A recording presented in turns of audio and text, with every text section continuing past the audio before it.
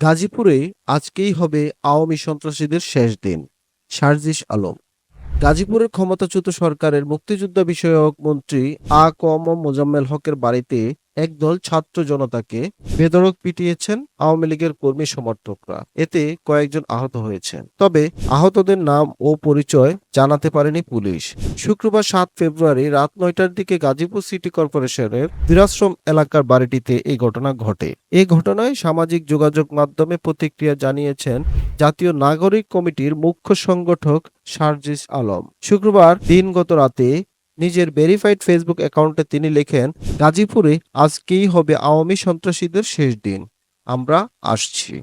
Police ও এলাকাবাসী জানায়, বৈষম্য বিরোধী ছাত্র জনতা মোজাম্মেল হকের ওই বাড়িতে গেলে মসজিদের মাইকে ডাকাত বলে মাইকিং করা হয়। এক পর্যায়ে আওয়ামী লীগের নেতাকর্মী ও সমর্থকরা বৈষম্য বিরোধী ছাত্র জনতার উপর হামলা চালায়। তাদের বেধড়ক মারধর করা হয়। এ সময় ছাত্রদের মধ্যে কমপক্ষে ১৫ জন আহত হয়েছেন। পরে আহতদের উদ্ধার করে গাজীপুর শহীদ তাজউদ্দিন আহমেদ মেডিকেল কলেজ হাসপাতালে পাঠানো হয়। এই সুযোগে বহিরাগতরা মোজাম্মেল হকের বাড়িতে লুটপাট করেন। খবর পেয়ে পুলিশ ও সেনাবাহিনী ঘটনাস্থলে গিয়ে পরিস্থিতি নিয়ন্ত্রণে আনে। হাসপাতালে বৈষম্য বিরোধী ছাত্র আন্দোলনের এক প্রতিনিধি সাংবাদিকদের বলেন, বিদ্যমান পরিস্থিতিতে আর কোনো বাড়িতে যেন হামলার ঘটনা না ঘটে, সেজন্য তারা বিভিন্ন এলাকায় লোকজনকে সচেতন করে আসছেন। এরই অংশ হিসেবে ধীরাশ্রম এলাকায় তারা সচেতনতা তৈরি করেন এবং অনেককেই মোবাইল নাম্বার দেন।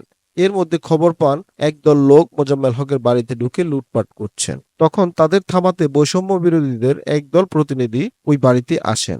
একটি অংশ আগে বাড়িটিতে গিয়ে তাদের থামাতে যায়। এর মধ্যে হঠাৎ রামদা, ছুরি, চাপাতি সহ দেশীয় অস্ত্র নিয়ে ছাত্রদের উপর ধর বলে হামলা চালায় একদল যুবক। ওই প্রতিনিধি অভিযোগ করেন, এই ঘটনার ২.৫ ঘন্টা পর পুলিশ ঘটনাস্থলে এসেছেন, তারা যথাযথ ভূমিকা রাখতে পারেনি। হামলা ও মারধরের ১৫ জন আহত হয়েছে, এদের মধ্যে কয়েকজনের অবস্থা গুরুতর। এদিকে গাজীপুর মেট্রোপলিটনের অতিরিক্ত উপ পুলিশ কমিশনার এডিসি উত্তর রবিউল ইসলাম বলেন, গত কয়েকদিনে দেশ জুড়ে চলমান ঘটনার রেশ ধরে সেখানে ঘটনাটি ঘটেছে। বৈষম্য বিরোধী ছাত্র জনতা সাবেক মন্ত্রীর বাড়িতে গেলে আওয়ামী লীগের নেতাকর্মীরা পাল্টা তাদের উপর হামলা করেন। এতে বৈষম্য বিরোধী ছাত্র জনতার ১৪ জন আহত হয়েছে। তারা গাজীপুর শহীদ তাজউদ্দিন আহমেদ মেডিকেল কলেজ হাসপাতালে চিকিৎসাধীন। বিষয়টি তদন্ত করে দেখা হচ্ছে। এ ব্যাপারে আইনি ব্যবস্থা প্রক্রিয়াধীন। প্রিয় দর্শক, এই ছিল এখনকার প্রতিবেদন। নিত্য নতুন সংবাদ পেতে আমাদের চ্যানেলটি সাবস্ক্রাইব করুন এবং ফেসবুক পেজ ফলো দিয়ে রাখুন।